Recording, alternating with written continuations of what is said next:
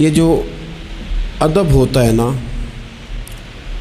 یہ معاشرے کے اندر سکون پیدا کرتا ہے، اور بے ادبی جو ہوتی ہے یہ معاشرے کے اندر، سوسائٹی کے اندر بے سکونی پیدا کرتی ہے۔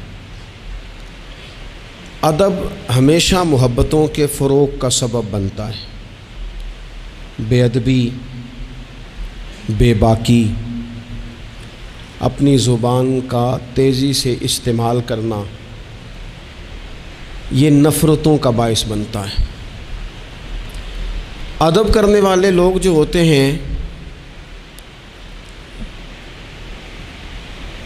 ان سے ملاقات کر کے محسوس ہوتا ہے کہ یہ ادب والے ہی نہیں، صرف ان کی کسی نے تربیت بھی کی ہے۔ اور بے ادبی، توہین، کسی شخص کے لیے ہتک امیز لہجہ اختیار کرنا، یہ بتاتا ہے کہ شخص غیر تربیت یافتہ ہے۔ آپ جب ادب کرنے والے ہو جاتے ہیں، پیار کرنے والے ہو جاتے ہیں، تعظیم کرنے والے ہو جاتے ہیں، تو آپ نا معاشرے میں سکون پیدا کرتے ہیں۔ میٹرک کر کے، پی ٹی سی کر کے کوئی آدمی اسکول میں ٹیچر لگ گئے تھے، ایک شخص نے ان کے پاس تعلیم حاصل کی، پرائمری میں ان کے پاس پڑھا، پھر بعد میں اس نے ماسٹر کی ڈگری لی، پھر اس نے ایم فل کیا، پھر اس نے پی ایچ ڈی کی، پھر ایک بہت اونچی پوسٹ پر وہ آفیسر ہوئے، ایک بہت بڑی گاڑی اللہ نے انہیں دے دی۔ اتفاق ایسا ہوا کہ ایک دن وہ اسکول ٹیچر اپنی سائیکل پر، ریٹائر ہو گئے ہیں لیکن کوئی بڑی تنخواہیں نہیں ہوتی تھی پرانے زمانے میں اساتذہ کی، اب تو پھر بھی کچھ حوصلہ افزا معاملات ہیں۔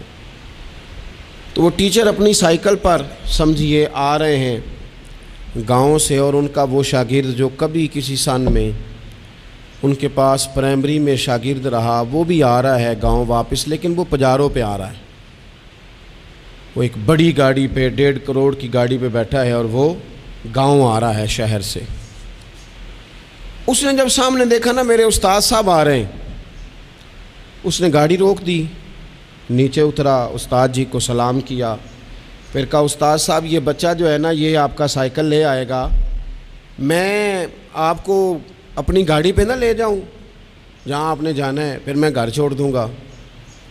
استاد صاحب نے جانا اپنی سائیکل پہ ہی ہے، شکریہ ادا کیا، دعائیں دیں، بیٹھے اپنی سائیکل پہ ہی۔ اس نے نہ نذرانہ دیا انہیں، نہ تحفہ دیا ہے، نہ پیسے دیے، نہ ان کی پینشن میں اضافہ کیا ہے، نہ انہیں بڑا گھر لے کے دیا ہے۔ کیا کیا اس نے؟ ادب کیا ہے۔ اس نے اپنے استاد کا احترام کیا ہے، اس نے ان کی تعظیم کی ہے۔ نتیجہ اس کا کیا نکلا کہ استاد صاحب جب دوبارہ اس سائیکل پہ بیٹھتے ہیں نا تو انہیں محسوس ہوتا ہے میرا سائیکل تو پجاروں سے مہنگا ہے، اس لیے کہ پجاروں والے تو اتر اتر کے سائیکل کو سلوٹ کر رہے ہیں، انہیں یہ فیل ہوتا ہے کہ یہ مہنگا ہے۔ جب آپ کسی کو احترام دیتے ہیں، کسی کی قدر کرتے ہیں، کسی کے ساتھ آپ کا رویہ عقیدت والا ہو جاتا ہے، تو اس کا لازمی نتیجہ یہ نکلتا ہے کہ سوسائٹی میں سکون پیدا ہوتا ہے۔ دو قسم کے بچے ہوتے ہیں، ایک بچہ وہ ہوتا ہے جس سے ماں باپ بات نہیں کرتے، کوئی کام نہیں بتاتے، کوئی گفتگو نہیں کرتے، وہ کہتے ہیں اس کو تمیز ہی نہیں ہے بات کرنے کی، پتہ ہی کوئی نہیں کیا کہہ دے گا۔ وہ بیٹا ہے، وہ ہو سکتا ہے اس کی وہ کسی کے سامنے شکایت نہ کرے، لیکن وہ اسے کوئی کام نہیں بتاتے۔ ایک بچہ ایسا ہوتا ہے جس پہ ماں باپ سارا ہی بوجھ رکھ دیتے ہیں، انہیں پتہ ہوتا ہے کہ میں نے جو اس نے کہنا ہے وہ اس نے کر دینا ہے۔ اب وہ بچہ سکون دیتا ہے، ماں باپ اس کی وجہ سے اپنے دل میں راحت محسوس کرتے ہیں۔ ماں باپ بوڑھے تھے، وہ بچہ گھر آ گیا، دو رویے ہیں، آپ کو سمجھانے کے لیے چند مثالیں عرض کر رہا ہوں۔ ماں باپ بوڑھے ہیں، گھر میں غریبی ہے، بچہ ڈیوٹی سے آیا ہے، اب ماں باپ اسے کوئی کام کہنا چاہ رہے تھے، دونوں نے منصوبہ بندی کی ہے اور لفظ جمع کیے ہیں، اپنی سادگی میں کچھ جملے تراشے ہیں۔ بیٹا جب آیا تو بڑے دھیمے لہجے میں کہا پتر ہمیں تیرے وسائل کا بھی پتہ ہے، مسائل کا بھی پتہ ہے، تنخواہ کتنی ہے ہم جانتے ہیں، خرچے کتنے ہم جانتے ہیں۔ لیکن پتر ہم بھی تیرے علاوہ کس کو کہیں، تیری بہن غریبنی کو 10-20 ہزار کی ضرورت پڑ گئی ہے تو کوئی مہربانی کر اس کے ساتھ بھی، اور بڑے دبے لفظوں میں، ڈر کے، محتاج جملوں میں۔ بچہ تو ایسے ہوا جیسے پہلے سے ہی تیار بیٹھا تھا، لاوا تھا، پھٹ گیا، کہنے لگا ابا جی آپ ہر وقت مجھے تکلیف ہی دیتے رہتے ہیں، اماں ہر وقت آپ کام بتاتی رہتی ہیں، بہن کو سمجھائیں نا آپ کہ میرے پہلے بڑے مسئلے ہیں، میں کہاں سے اسے پیسے دوں، آپ اسے کہیں۔ ماں باپ بیچارے ساری رات روتے رہتے ہیں، یار یہ اس نے کیا کیا، نہ دیتا چلو وہ ڈھب سے جواب دے دیتا۔ ایک رویہ دوسرا ہے، بیٹا گھر آیا ہے، ماں باپ نے بات کی، کہا پتر وہ تیری بہن کو کوئی ضرورت تھی اور ہم تیرے مسائل وسائل دونوں کو جانتے ہیں، دل نہیں کرتا تجھے کہنے کو، لیکن پھر ہم تو اب عمر کے اس حصے میں ہیں کہ مزدوریاں نہیں کر سکتے، تجھے ہی کہنا ہے، تو اگر تو محسوس نہ کرے تو کچھ رقم کی ضرورت تھی۔ تو پتر اٹھ کے قریب بیٹھ گیا ماں باپ کے، اور اس نے ہاتھ پکڑ کے باپ کا چوم کے کہا ابا جی مجھے آپ ڈر ڈر کے کام نہ بتایا کریں، آپ حکم کریں، میری جان بھی حاضر ہے۔ یہ 20,000 کی کیا بات ہوئی، آپ جتنے کہیں گے میں بندوبست کروں گا، اور بہن کو بھی آپ یہ کہیں کہ وہ ڈرا نہ کرے، وہ اس گھر کے حصے دار ہے، یہ اس کا میکا ہے، یہاں تو فخر سے آ سکتی ہے، ناز سے آ سکتی ہے، اسے کو جب آئے گی دروازہ کھلا ملے گا، جب آئے گی بھائی کی شفقت ملے گی۔ بہن نے بھائی پہ ناز نہیں کرنا تو کس پہ کرنا ہے؟ روئیں گے اس کے ماں باپ بھی ساری رات ہی، پر دعائیں دیتے روئیں گے، روئیں گے، ان کا بھی تقیہ بھیگ جائے گا، پر ساتھ وہ یہ کہیں گے یا اللہ اس طرح کی اولاد سب کو عطا کرنا، یا اللہ دیکھنا اس بیٹے کو کبھی تیز ہوا نہ لگے۔ آپ جب بے ادبی کرتے ہیں تو تکلیف ہوتی ہے، اور جب ادب کرتے ہیں، جب آپ اکرام کرتے ہیں، جب آپ کے لہجے کے اندر خوبصورتی ہوتی ہے۔ میں سیکھنے والا ہر جگہ سے سیکھتا ہے نا، ایک دکاندار سے میں نے ایک بات سیکھی، ایک دن میں ان طالب علموں کو بتا رہا تھا، آپ کو بھی عرض کرتا ہوں۔ دکاندار سے ایک میں نے بات سیکھی، ایک صاحب دکاندار کے پاس آئے تو کوئی چیز مانگی، تو اس صاحب نے وہ چیز دکھائی تو کہنے لگے تسی ردی رکھ دے ہو، جو کچھ بھی رکھ دے ہو سب تو نکما تواڈے کول ہی ہوندا ہے، ہر شے بری تم سے ہی ملتی ہے۔ اور چہرے کے اثرات بھی اس طرح کے تھے کہ سامنے والا لاڑی پڑے، اور وہ دکاندار ہنس پڑا، اور اس نے ہنس کے بڑے خوبصورت انداز میں کہا بھائی لینا دینا تے مقدراں دا ہے، بولو تے ٹھیک نہ، وہ لینا دینا تے نصیباں دا ہے، اور بولی تے ٹھیک کرو، تہاڈی بولی نہیں ٹھیک۔ تو وہ شخص نا تھوڑا سا صحیح بولی تو اس نے نہیں کی، لیکن وہ تھوڑا سا نا اس پہ اثر ہوا، اس کے چہرے پہ ایک نہ ماننے والی شرمندگی بھی ہوتی ہے، بندہ شرمندہ ہوتا ہے پر ماننے کو تیار ہے، ایک نہ ماننے والی شرمندگی چہرے پہ آئی۔ تو آپ جب ادب کے دائروں میں رہتے ہیں، جب آپ کا تعین اس طرح کا آپ اپنی زندگی میں طے کرتے ہیں کہ میں نے بے ادب نہیں ہونا، اور سامنے والے کا لہجہ بے ادبی والا ہو بھی تو نہیں ہونا، تو پھر آپ کچھ اور بن جاتے ہیں۔ میرے رسول پاک صلی اللہ علیہ وسلم نے ادب کی تلقین ان لفظوں میں کی کہ اس تلقین میں تاکید بڑی پائی جاتی ہے۔ اللہ کے حبیب نے فرمایا جو چھوٹے پہ شفقت نہ کرے اور بڑے کا اکرام نہ کرے اس کی سزا کیا بیان کی؟ فرمایا من لم یرحم صغیرنا ولم یؤکر کبیرنا، جو رحم نہ کرے ہمارے صغیر پر، اکرام نہ کرے ہمارے کبیر کا، ہمارے بڑے کا، اس کی سزا کیا ہے؟ فرمایا فلیس منا، وہ ہم میں سے ہے ہی نہیں، ہمارے میں سے نہیں ہے وہ۔ اس نے جو ادب کا خاص حسن ہمارے دین نے دیا ہے، جب اس نے فالو ہی نہیں کیا تو پھر وہ ہم میں سے۔ اور ادب سے مراد صرف خوشامد کرنا نہیں ہوتا۔ بعض لوگ سمجھتے ہیں کہ ٹھیک ٹھاک خوشامد کرو تو ادب والے ہیں ہم، اور بعض لوگوں کو خوشامد کا نشہ بھی لگا ہوا ہوتا ہے، تو خوشامد اچھی کریں تو وہ بھی کہتے ہیں بندہ بڑا با ادب ہے۔ میں اکثر کہتا ہوں ہاتھ چومنا بھی ادب نہیں۔ ادب تو یہ ہے کہ آپ کسی کا جب بھی ذکر کریں خیر کے ساتھ ہی کریں، آپ جب بھی کسی کے بارے میں آپ بات کریں تو آپ کے رویے سے ادب چھلکے، خالی جھک جانا تو یہ تو بھائی مطلب کے لیے بھی بعض اوقات ہو جاتا ہے، اس کی کوئی ضرورت نہیں، کوئی اس کی حاجت نہیں۔ بہت سارے لوگ ایسے ہیں جنہوں نے ہمارے کبھی ہاتھ نہیں چومے، لیکن ہمیں صحیح طرح پتہ ہے کہ جو کہیں وہ مانتے ہیں۔ نیرا ہاتھ کا بوسہ لینا اور نیرا جناب سلوٹ کرنا اور سامنے آنا تو کہنا بلے بلے، اس سے بعضوں کا تکلف پیدا ہوتا ہے، مزاج کے اندر بعضوں کا شدت پیدا ہوتی ہے، اس کی ضرورت نہیں ہوتی۔ ادب ہمیشہ، اور ادب کے بڑے دائرے ہیں۔ اب صحیح بخاری میں حدیث ہے، استادوں کے مقابلے میں مسئلہ نہیں بتانا چاہیے، یہ بھی ادب ہے۔ آتا بھی ہو تو نہیں بتانا، بڑے بیٹھے ہوں تو کسی کو نصیحت نہیں کرنی چاہیے، یہ بھی ادب ہے۔ صوفیاء تو یہاں تک فرماتے ہیں کہ شیخ بیٹھا ہو تو تسبیح نہ چلاؤ، وہ تمہیں نصیحت کر رہا ہے، تم تسبیح چلا رہے ہو، تم اسے بتانا چاہ رہے ہو کہ میں تو نیک آدمی ہوں، تو باتیں کر رہا ہے میں اللہ اللہ کر رہا ہوں۔ ادب کے جو معیار دین نے طے کیے ہیں ان کو آپ دیکھیں، اپنے بزرگوں کے سامنے آپ کو مسئلہ آتا بھی ہے تو نہ بتائیں، آپ ادب کا ماحول بنائیں، آپ کی طبیعت ادب والی ہو، ذوق ادب والا ہو، مزاج ادب والا ہو۔ حضرت عبداللہ ابن عمر، یہ صحیح بخاری میں حدیث ہے، حضرت عبداللہ ابن عمر رضی اللہ تعالیٰ عنہ کہتے ہیں میں نبی پاک علیہ السلام کی بارگاہ میں حاضر تھا اور کبار صحابہ بیٹھے ہوئے تھے، بڑے بڑے جید لوگ، کہتے ہیں بڑے بڑے اکابرین صحابہ بیٹھے تھے، تو حضور نے سوال پوچھا۔ نبی پاک علیہ السلام نے فرمایا بتاؤ وہ درخت کون سا ہے جس کی مثال مومن کی طرح ہے، جو پھل زیادہ دیتا ہے، محبت زیادہ کرتا ہے، کون ہے جس کی مثال مومن کی طرح ہے؟ حضرت عبداللہ ابن عمر فرماتے ہیں کہ مجھے پتہ تھا کہ کھجور کا درخت ہے، یہ صحیح بخاری ہے۔